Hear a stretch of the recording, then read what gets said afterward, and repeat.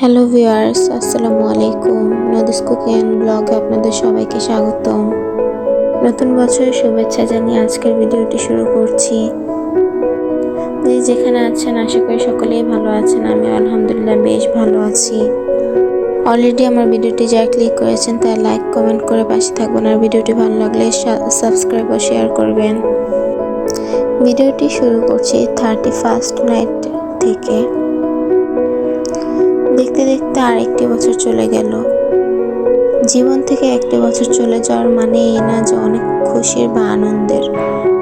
একটি বছর চলে যাওয়া মানে জীবন থেকে একটি বছরের হায়াতও কমে গেল। রাত 12টার পর থেকে বাইরে অনেক আতশবাজি ও ফানুস উড়াচ্ছিল, তাই আমি একটু ভিডিও করে নিলাম। 31st নাইটে মানুষ কত কিছুই না উদযাপন করে, কিন্তু আমাদের মতো গৃহিণীদের ঘরের এক কোণেই বসে থাকতে হয়। গৃহিণীদের 31st নাইট মানেই ঘরে উদযাপন করা। আমরা কতই না বোকা। আমরা আমাদের জীবন থেকে একটি বছর চলে যাচ্ছে, অথচ আমরা সবাই কত উদযাপন করি, ফানুস উড়াই, তারপর বাজি ফুটাই, আরো অনেক কিছুই। তবে আমরা একবারও এই কথাটা চিন্তা করি না যে এই বছরে আমরা কি হারিয়েছি আর আমাদের জীবনে আমরা কি পেয়েছি। এই কথাগুলো মনে করলে খুব কষ্ট বোধ হয়। তবুও যেহেতু নতুন বছর, তাও আমাদের হাসি মুখে নতুন বছরকে বরণ করে নিতে হবে। অনেকক্ষণ বাজি ফোটানোর এগুলো দেখে ভিডিও করে তারপর ঘরে যেয়ে খাওয়া দাওয়া করে ঘুমিয়ে পড়ি। নতুন বছরে খুব সকাল সকাল ঘুম থেকে উঠে যাই। সকালে ঘুম থেকে ওঠার পর বাইরের পরিবেশটা দেখছিলাম। আজকে সকালের পরিবেশটা বেশ সুন্দর ছিল। পরিবেশটা বেশ কুয়াশাচ্ছন্ন ছিল। আজকে মনটা বেশি একটা ভালো ছিল না। খালি মনে হচ্ছিল যে নতুন বছরে জীবনে কি অপেক্ষা করছে তা জানা নেই। কিন্তু বিগত বছরে অনেক কিছু হারিয়েছি, আবার অনেক কিছু পেয়েওছি।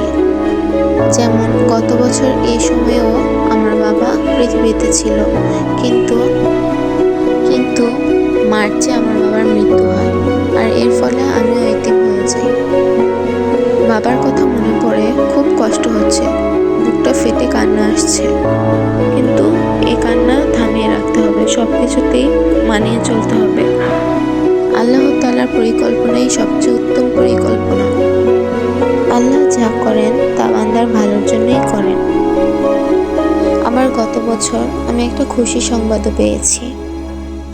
একটা মেয়ের জীবনে মা হওয়ার মতো খুশি আর কিছুতেই নেই। আর যেটা আমি গত বছর এই গুড নিউজটা পাই, তাই বলা যায় আল্লাহ তাআলা উত্তম পরিকল্পনাকারী। তার পরিকল্পনাই শ্রেষ্ঠ। আজ মনের অজান্তে অনেকগুলো কথাই বলে ফেললাম।